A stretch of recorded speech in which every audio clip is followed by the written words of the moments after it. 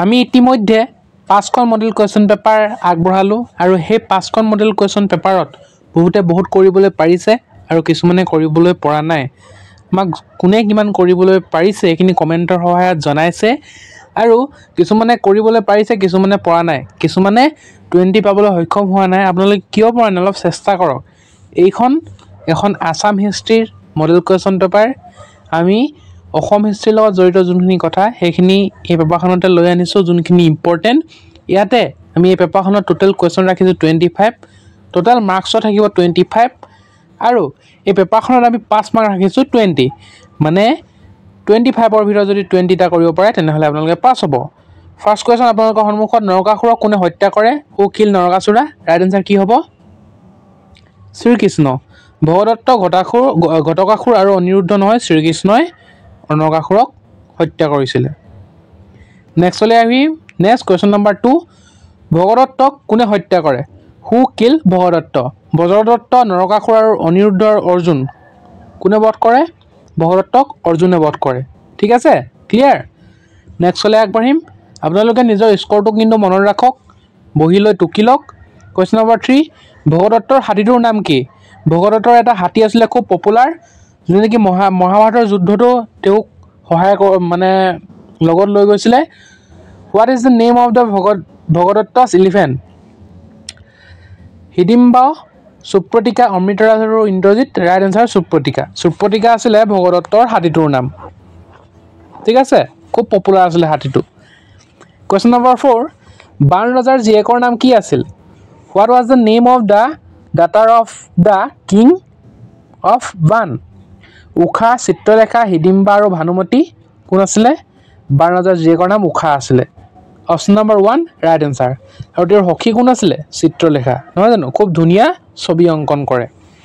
Next question number 5, উষাৰ প্ৰেমিক কোন আছিল? Who was Usha's lover? Arjun, Aniruddha, Amritraj আৰু বজ্ৰদত্ত কোন হ'ব বাৰু? অনিৰুদ্ধ, কৃষ্ণৰ নাতিক আছিলে, নহয় জানো? অনিৰুদ্ধ আছিলে উষাৰ প্ৰেমিক। নেক্সটলৈ আগবাঢ়িম। আপোনালোকে নিজৰ স্ক'ৰটো মনত ৰাখক, মই পুনৰবাৰ কৈছোঁ। কুৱেশ্যন নম্বৰ 6, উষা আৰু অনিৰুদ্ধৰ গোপন বিবাহখনৰ নাম কি? What is the name of the secret marriage of Usha and Aniruddha? গোপন বিবাহ, অন্ধকাৰ বিবাহ, অগ্নিগড় বিবাহ আৰু গন্ধৰ্ব বিবাহ?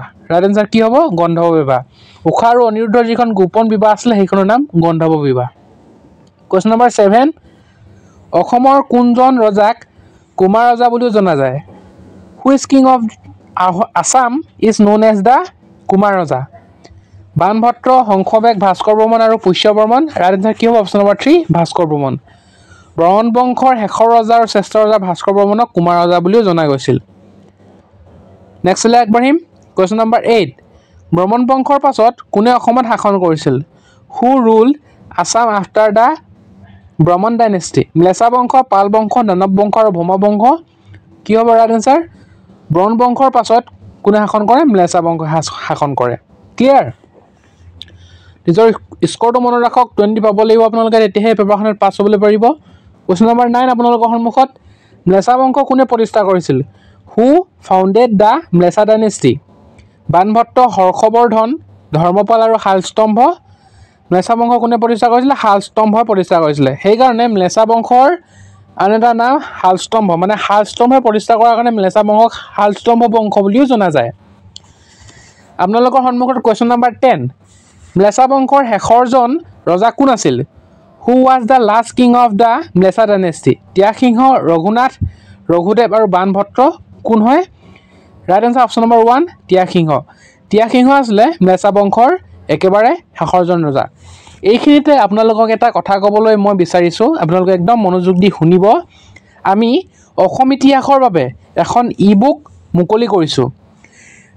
আমাৰ অসম ইতিহাসৰ প্ৰথমৰ পৰা একেবাৰে শেষলৈকে দানৱ বংশৰ পৰা স্বাধীনতাৰ সময়লৈকে যিখিনি ইতিহাস নিহিত হৈ আছে সেই ইতিহাসখিনি নিজে হাতে লিখি নোটছ প্ৰস্তুত কৰি এখন ই-বুক বনাইছোঁ আৰু সেই ই-বুকখনে আপোনালোকক যথেষ্ট সহায় কৰিব।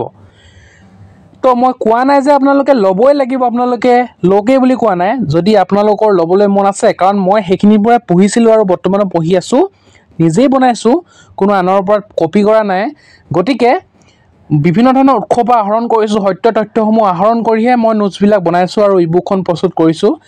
যদি ইবুকখন ল'ব বিচাৰে তেনেহ'লে এই হোৱাটছআপ নম্বৰটোত হোৱাটছআপ কৰিব আপোনালোকে। ইয়াৰ স্ক্ৰীনশ্বট এটা মাৰি ল'ব পাৰিব বা মেছেজ কৰি দিব পাৰিব যে মোকো ইবুকখন দৰকাৰ হৈছিলে বুলি, তো আপোনালোকে কৰিব। নেক্সট, মৃচা বংশৰ পাছত অসমত কোন বংশই ৰাজত্ব কৰে? Question number 11, which dynasty rule in Assam after the Mlechchha dynasty? Brahman বংশ, পাল বংশ, ভৌম বংশ আৰু অসুৰ বংশ কোনে ৰাজত্ব কৰে? পাল বংশই। ঠিক আছে, মৃচা বংশৰ পাছত পাল বংশই অসমত ৰাজত্ব কৰে। কুৱেশ্যন নম্বৰ 12 আপোনালোকৰ সন্মুখত, পাল বংশৰ ৰাজধানী কি আছিল? What was the capital of the পালা ডাইনেষ্টি? কোচবিহাৰ, হৰূপেশ্বৰ, দুৰ্জয় আৰু খাছপুৰ। ৰাইট এনচাৰ কি হ'ব? দুৰ্জয়। অপশ্যন নম্বৰ 3, পাল বংশৰ ৰাজধানী দুৰ্জয়। এনেকুৱা ধৰণৰ কুৱেশ্যনেই আহে আছাম পুলিচৰ এক্সামবিলাকত, তো আপোনালোকে এনেকুৱা ধৰণৰ চাব লাগিব।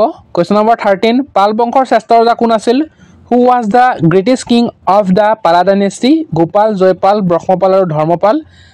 ৰাইট এনচাৰ কি হ'ব? ধৰ্মপাল।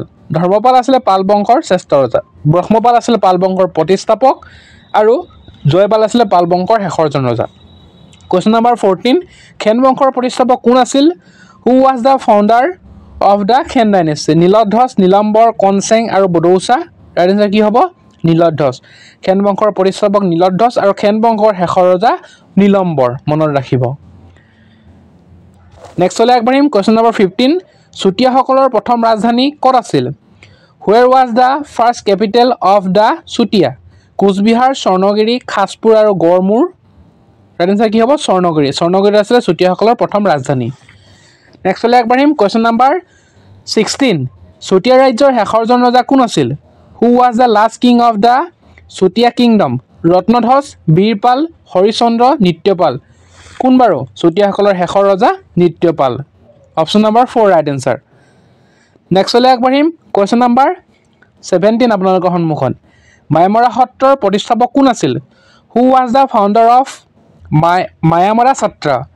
অনিৰুদ্ধদেৱ, শংকৰদেৱ, মাধৱদেৱ, ভট্টদেৱ। কোনে প্ৰতিষ্ঠা কৰিছিলে? অনিৰুদ্ধদেৱে। ঠিক আছে, অনিৰুদ্ধদেৱে মায়ামৰা সত্ৰ প্ৰতিষ্ঠা কৰিছিলে। নেক্সটলৈ আগবাঢ়িম। কুৱেশ্যন নম্বৰ 18, অৰুণোদয় কোন চনত প্ৰকাশ পাইছিল? In which year was Arunodoi published? Right answer কি হ'ব? অপশ্যন নম্বৰ 2, 1846, 1846 চনত। আৰু এইখিনিতে কৰিছোঁ জোনাকী 1889ত প্ৰকাশ পাইছিলে। জোনাকীখন আমাৰ যিখন জোনাকী আছিলে 1889ত প্ৰকাশ পাইছিলে। কুৱেশ্যন নম্বৰ 19, অসম এছ'চিয়েশ্যনৰ প্ৰথম সম্পাদক কোন আছিল? Who was the first secretary of the Assam Association? Sivaram Sarma, Chandrakumar Agarwala, Manik Chandra Bora আৰু জগন্নাথ বৰুৱা। ৰাইট এনচাৰ কি হ'ব? Manik Chandra Bora. Option number 3 right answer. Manik Chandra Bora আছিলে অসম এছ'চিয়েশ্যনৰ প্ৰথম সম্পাদক। কুৱেশ্যন নম্বৰ 20 আপোনালোকৰ সন্মুখত, অসম ছাত্ৰ সন্মিলনৰ প্ৰথম অধিৱেশন ক'ত অনুষ্ঠিত হৈছিল? Where was the first session of the Assam ছাত্ৰ সন্মিলন হেল্ড?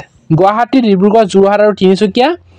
ক'ত হৈছিলে অসম ছাত্ৰ সন্মিলনৰ প্ৰথমখন অধিৱেশন? গুৱাহাটীত হৈছিলে। আমাৰ গুৱাহাটীত হৈছিলে এই প্ৰথমখন অধিৱেশন। কুৱেশ্যন নম্বৰ 21 আপোনালোকৰ সন্মুখত, অসম সাহিত্য সভা কোন চনত গঠন হৈছিল?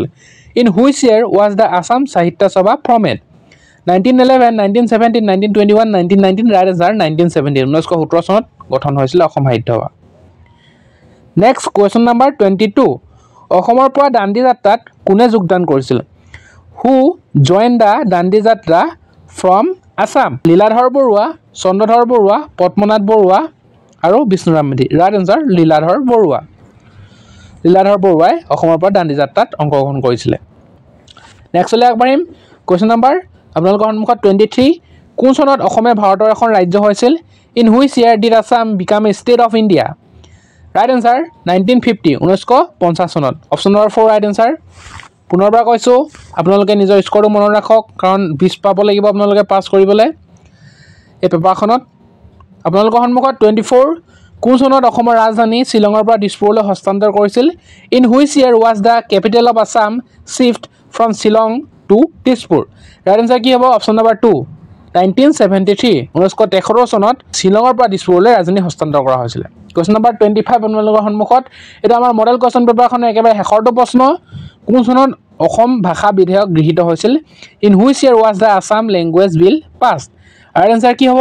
আপোনালোকে কমেণ্ট কৰক, আপোনালোকৰ কমেণ্টবিলাক চাম মই আৰু এইটো আপোনালোকে পাৰিব লাগিব ঠিক আছে পাৰিব লাগিব আৰু শেষত পুনৰবাৰ কৈছোঁ আমাৰ যিখন ই-বুক সেই ই-বুকখনে আপোনালোকক সহায় কৰিব কাৰণ এইখিনি যিখিনি কুৱেশ্যন আছিলে সেই কুৱেশ্যনখিনি এই ই-বুকখন পঢ়িলে আপোনালোকে গম পাব আৰু অসম পুলিচৰ যিটো written exam ABB written exam তাত সুবিধা হোৱাকৈ আমি সেই ই-বুকখন প্ৰস্তুত কৰিছোঁ আৰু এনেকুৱা ধৰণৰ কুৱেশ্যনে আহে আমি প্ৰিভিয়াছ ইয়েৰৰ কুৱেশ্যন পেপাৰবিলাক এনালাইচিছ কৰিছোঁ চাইছোঁ ভালকৈ আৰু তাৰ পৰা চাই মেলিহে আমি ই-বুকখন প্ৰস্তুত কৰিছোঁ গতিকে আপোনালোকে যদি ল'ব বিচাৰে তেনেহ'লে তলত দিয়া সেই হোৱাটছআপ নম্বৰটোত হোৱাটছআপ এবাৰ কৰি দিব মেছেজ এটা হ'লেও কৰি দিব বা স্ক্ৰীনশ্বট এটা মাৰি দিব পাই যাব ঠিক আছে থেংক ইউ ভালদৰে পঢ়ক